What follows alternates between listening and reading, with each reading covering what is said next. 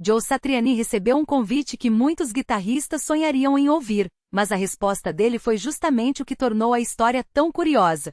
Satriani relembrou que David Lee Roth o procurou na década de 1990 para montar um projeto focado em músicas do Van Halen, mas ele recusou porque Ed Van Halen ainda estava vivo e em atividade. O contexto muda completamente a leitura da situação.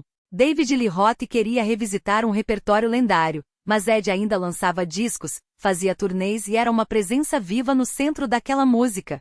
Para Satriani, tentar ocupar esse espaço naquele momento não fazia sentido. Para quem acompanha Joe Satriani, David Lee Roth e Van Halen, o primeiro ponto é olhar além da manchete. O fato principal chama atenção, mas o que sustenta a conversa é o caminho que levou até ele. Quando um artista, uma banda, um filme, um clube ou um nome conhecido entra em evidência, existe sempre uma combinação de passado, expectativa e consequência. É aí que o assunto deixa de ser apenas uma atualização rápida e passa a explicar algo maior sobre carreira, imagem pública e relação com os fãs. Anos depois, por volta de 2021, Alex Van Halen e o próprio Roth também convidaram Satriani para uma turnê em homenagem ao Van Halen após a morte de Ed. Dessa vez a ideia parecia um pouco mais compreensível, mas o guitarrista continuou inseguro por sentir que não era a pessoa certa para reproduzir o estilo de Ed com justiça. O que torna esse caso relevante é a forma como ele conversa com o momento atual do entretenimento. Hoje, uma declaração, um lançamento, um cancelamento, uma homenagem ou uma decisão de bastidor não fica restrita a um grupo pequeno de pessoas.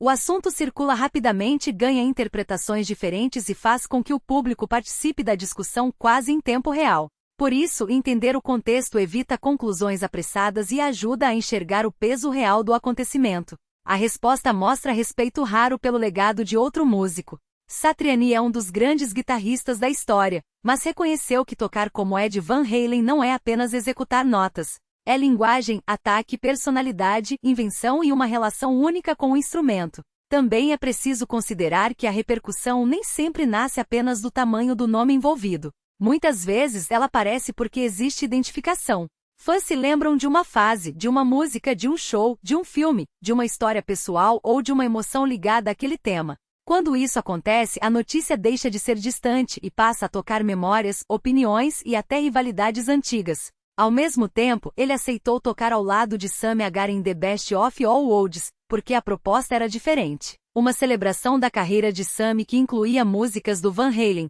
mas não uma tentativa de substituir Ed.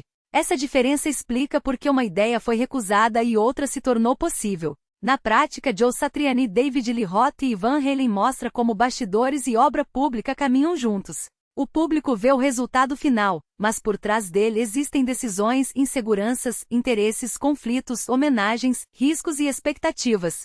É justamente essa camada que faz o tema render conversa. Não se trata apenas do que aconteceu, mas do que esse acontecimento revela sobre as pessoas e sobre o momento que elas vivem. No fim, Joe Satriani, David Lee Roth e Van Halen ganha destaque porque não se limita ao fato principal. O assunto revela bastidores, escolhas, consequências e a maneira como música, cinema, esporte ou cultura pop continuam mexendo com a memória e a opinião do público.